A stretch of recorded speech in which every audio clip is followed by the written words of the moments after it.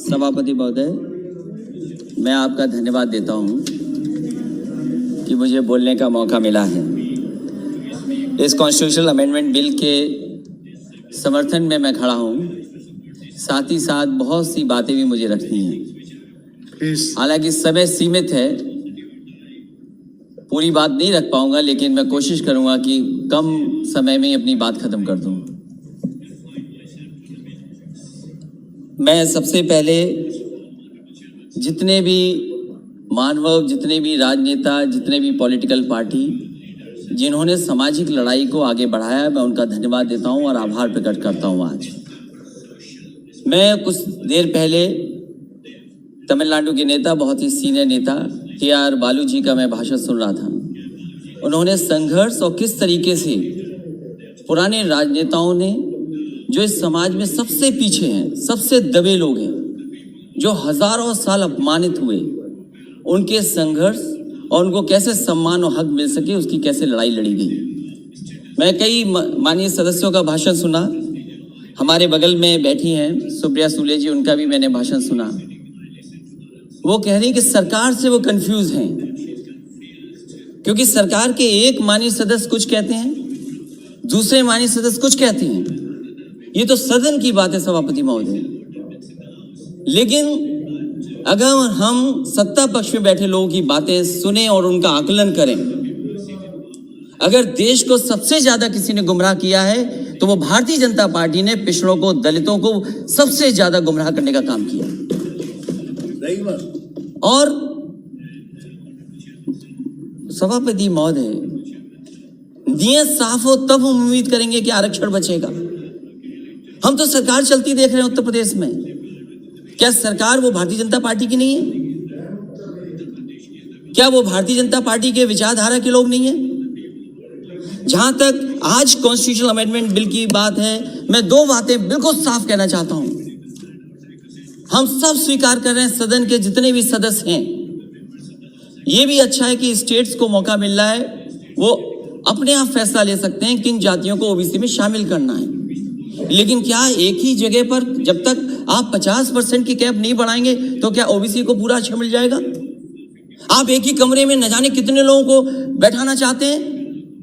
आप कहते हैं इसी सदन में, क्योंकि ये लोकसभा छोटी पड़ रही है, हमें एक सेंट्रल व्यवस्था बनाना पड़ेगा, क्योंकि बड़ा सदन बनाना है हमें, सब आराम से बैठ सके।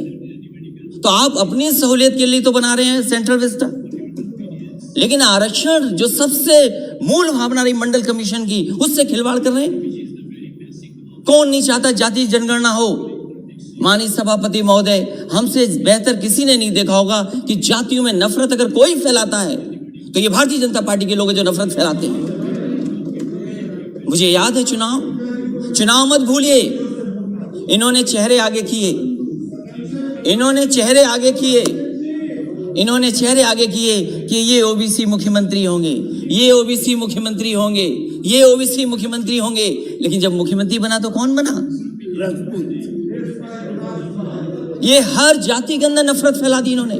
इसलिए हमारी मांग है सभापति महोदय, जब इतना कॉन्स्टिट्यूशनल अमेंडमेंट बिल लाया गया है, तो जो सबसे पुरानी मांग रही है कि सब जातियों को गिन लिया जाए। आज भारत में सबसे बड़ा मुश्किल काम यह है कि हर जाति ये समझती है कि मैं आबादी में ज्यादा हूं। हर जाति को एक दूसरे से कंफ्यूजन पैदा किया हुआ है कि आप ज्यादा हैं जाति में, आपका हक छिन रहा है, आपको जो हक मिलना चाहिए वो नहीं मिल रहा है। तो सभापति मेरी मांग है, इस समय जब इतना बड़ा फैसला सरकार ले रही है और जब इनकी सरकारी पिछड़ों ने बनवाई है, तो जाति के आधार पर जो कास्ट सेंसस है, उसके जो आंकड़े हैं कम से कम जारी होने चाहिए, क्योंकि सरकार ने हजारों करोड़ रुपया खर्च किया है। ये हमारे समाज की सच्चाई है कि जाति की सीमा के अंदर ही हम रहकर के काम करते हैं, उस सीमा से बाहर नहीं निकल सकते। इसलिए जो सबसे बड़ी मांग हमारी है, एक तो आरक्षण की कैप बढ़ाई जाए, 50% से ऊपर किया जाए। वो सरकार स्वीकार करेगी कि नहीं करेगी? वहां के माननीय सदस्य जो पिछड़े और दलित बैठे हैं, वो शायद इस बात को मानते होंगे कि आरक्षण बढ़ना चाहिए। लेकिन अगर एक को पद मिल जाए, एक मंत्री बन जाए, 2 मंत्री बन जाए, शायद उससे पिछड़ों का भला नहीं होने वाला। भला तब होगा जब हम इस 50% की सीमा को और आगे बढ़ा दे, तब जाकर के हमें पिछड़ों का भला होगा। मंत्री बनने से भला नहीं होने जा रहा है। एमपी कितने भी आए हों हमारे, लेकिन अगली सरकार समाजवादी बनने जा रही है। और आप अगर कास्ट सेंसस नहीं करोगे तो उत्तर प्रदेश में समाजवादी पार्टी कास्ट सेंसस करके दिखा देगी।